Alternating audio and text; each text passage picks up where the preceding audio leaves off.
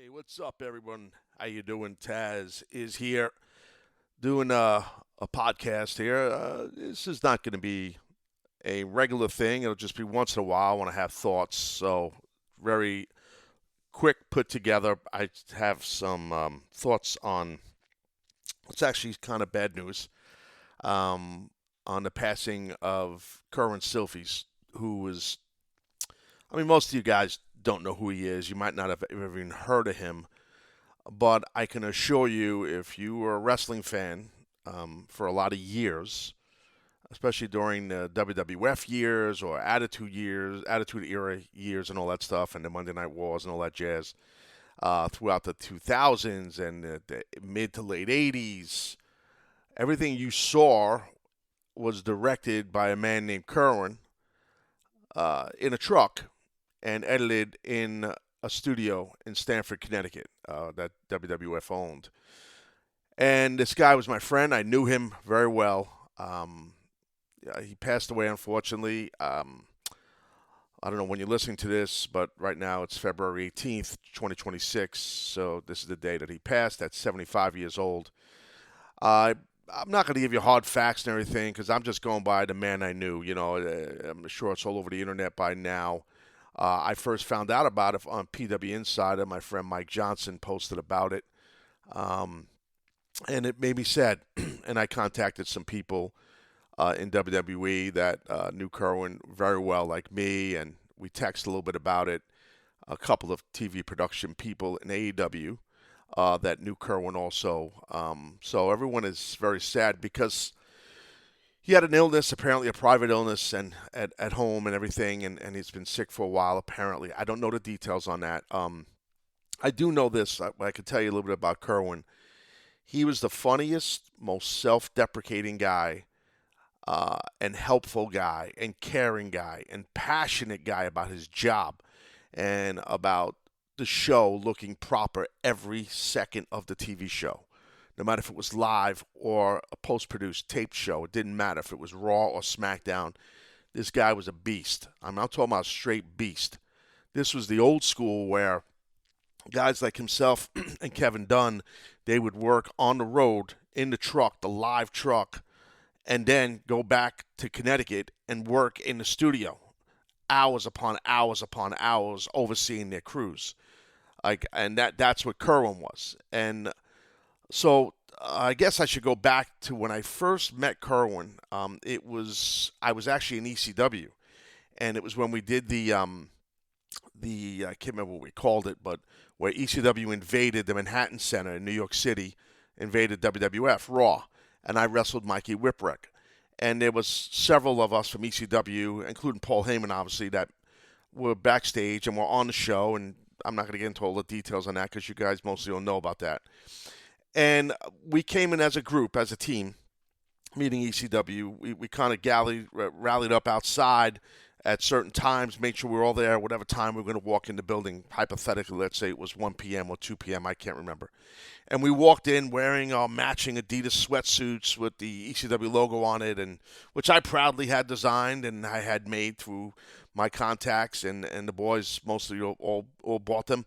And so we were looking sharp, looking like a unit, which impressed everybody from Vince McMahon down. And so we were walking in and saying hello to some of the guys that we might have known or not known, introducing ourselves. And I went upstairs and I bumped into this older guy with like a shorter guy, shorter than me, which means he's real short, right? And he had like a gray salt and pepper beard.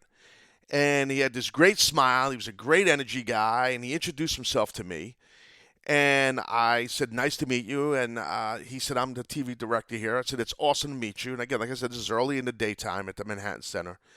He said, "We have a room for you guys. I want to show you where the room is so you could show all the guys, you know." And they had like a big room, a private dressing room just for ECW, which we didn't expect, which was nice. And apparently Kerwin's the guy who put that together, right?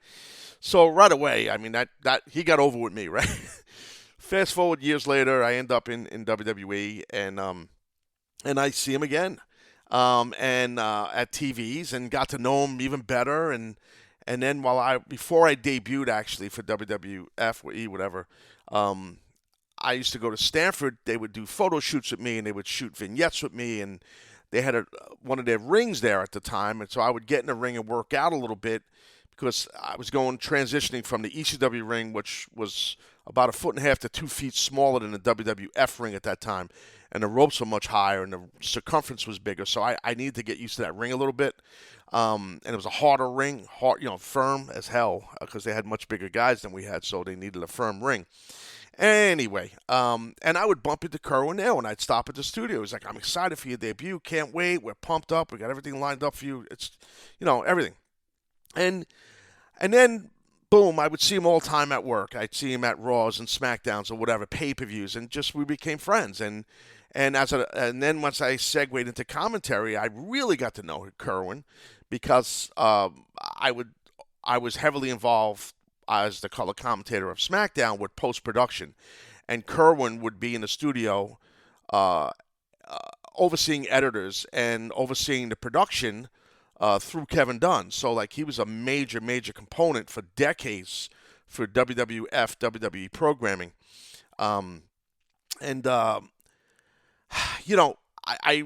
then we would travel a lot on Vince McMahon's plane, and Kerwin would be on the plane, I'd be on the plane, and Michael Cole, and we would just always just chat up and talk. And Kerwin loved his wine, loved his red wine, like he was, and he would just chill and drink his wine, and he would talk about how it's good for his heart because he had heart issues before I got to know him, and he battled through it.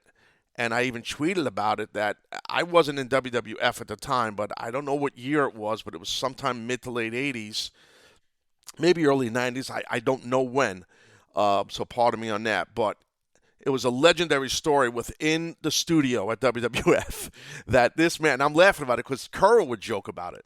Like, he literally had a heart attack, and he kept working. Like, he knew, like, he had pain down his arm, his left arm, his chest, he had tightness, and he kept editing in the studio, like whatever show he was editing. This was way before SmackDown was even a thing, right?